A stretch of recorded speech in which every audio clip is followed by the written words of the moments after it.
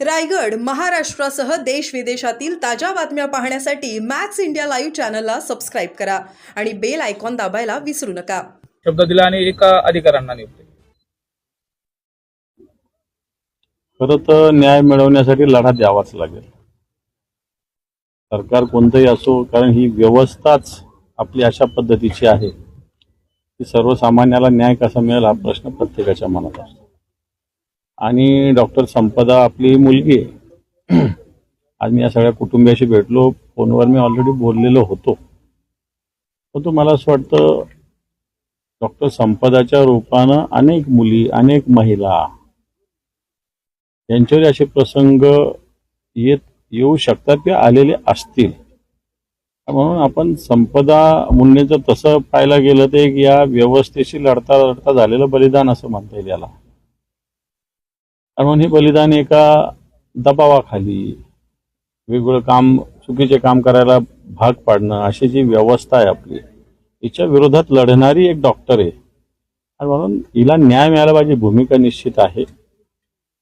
कुटुंबात एक सर्वसामान्य कुटुंब आहे, हे शेतकरी कुटुंब आहे, सर्वसामान्य कुटुंब आहे. या कुटुंबातून एक मुलगी असं डॉक्टर होती. खरं तर अभिमानाची गोष्ट आहे गावासाठी, कुटुंबासाठी. असं झालेलं असताना त्या मुलीवर अशा प्रसंग होतं येणं हे दुर्दैवी आहे. पण निश्चित आम्ही सगळे मिळून या सगळ्या प्रसंगात या कुटुंबाबरोबर तर राहूच, पण तो डॉक्टर संपदा मुंडे यांना कसा न्याय मिळेल याच्यासाठी सुद्धा प्रयत्न करू. आता सरकारने SITची मागणी मान्य केली नाही केली मला माहिती नाही. एक सदस्य नेमला, तो SIT म्हणून नेमला, पण तो नेमावा याच्यासाठी निश्चित आम्ही लढा देऊ. सरकारशी बोलू, मान्य मुख्यमंत्र्यांशी बोलू, आणि मला असं वाटतं तेही न्याय देतील. आपण जर पाहिलं तर 10 ते 12 दिवस झाले त्या घटनेला, आणि संपदाताईंनी जी यापूर्वी तक्रारी केल्या होत्या आणि त्यामध्ये ज्या अधिकाऱ्यांची नावे होते त्यांच्यावर कारवाईची कुठलीही हालचाल होताना दिसत नाही. वास्तविक पाहता आत्महत्या प्रकरणात 2 आरोपी अटक झालेत, परंतु उर्वरित जी मागणी आहे उर्वरित आरोपीवर कारवाईची, त्याबाबत कुठलीही प्रक्रिया सुरू नाही. याच्यात पोलीस आणि आरोग्य विभाग हे 2 व्यवस्था आहेत.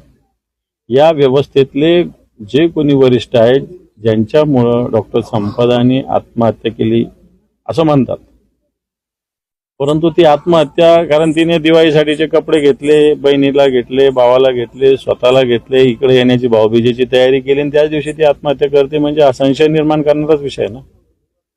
आणि म्हणून या गोष्टी थांबत नसतात, लपत नसतात. वेळ जरी झाला तरी संपदाला न्याय मिळेल यासाठी आपण सगळे मिळून लढा देऊ असं मला तरी वाटतं. तपासी यंत्रणावरती अविश्वास दाखवला जातो, विशेषतः त्यांच्यावरती त्या संबंधित जे पोलीस स्टेशन आहे त्याच्यावरती विश्वास नाही असं कुटुंब देखील सांगते आणि समाज देखील. हे बघ, तिथलं पोलीस स्टेशनवर तर कोणाचाच विश्वास नाही.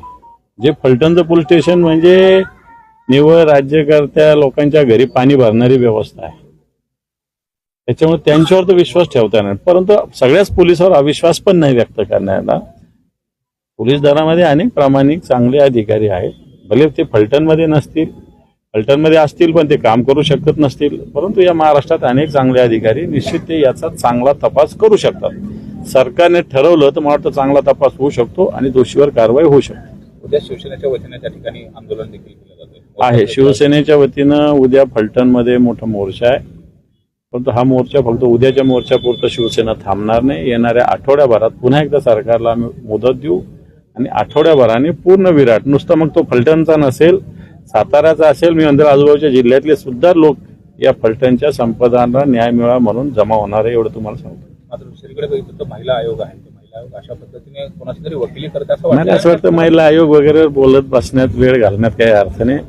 पोलीस व्यवस्था आहे. मान्य गृहमंत्री किंवा मुख्यमंत्र्यांनी नेमलेली जी SIT अजून नेमली नसेल तर ती नेमायला लावू आपण, तिला तपास करायला. महिला आयोग याला काय बोललं काय न बोललं काय, मला वाटतं महिला आयोग नुसतं नामधारी राहिलेला आहे. तर त्याच्याविषयी बोलण्यात आपला उगाच आपले शब्द वाया घालण्याला मला वाटत नाही काय अर्थ आहे. पीडितेच्या न्यायासाठी रस्त्यावरची लढाई कशी असेल? बिलकुल, रस्त्यावरची लढाई सुरूच आहे. रस्त्यावरची लढाई सुरू आहे. उद्या मोर्चा कशासाठी आहे? आम्ही पूर्ण महाराष्ट्रात 27 तारखेला प्रत्येक SP ला पत्र दिलेलं आहे. पत्र दिलं म्हणजे येणाऱ्या काळात ते आंदोलनात त्याचं रूपांतर होऊ शकतं. त्यामुळे ही लढाई रस्त्यावर होणारच आहे. थँक्यू.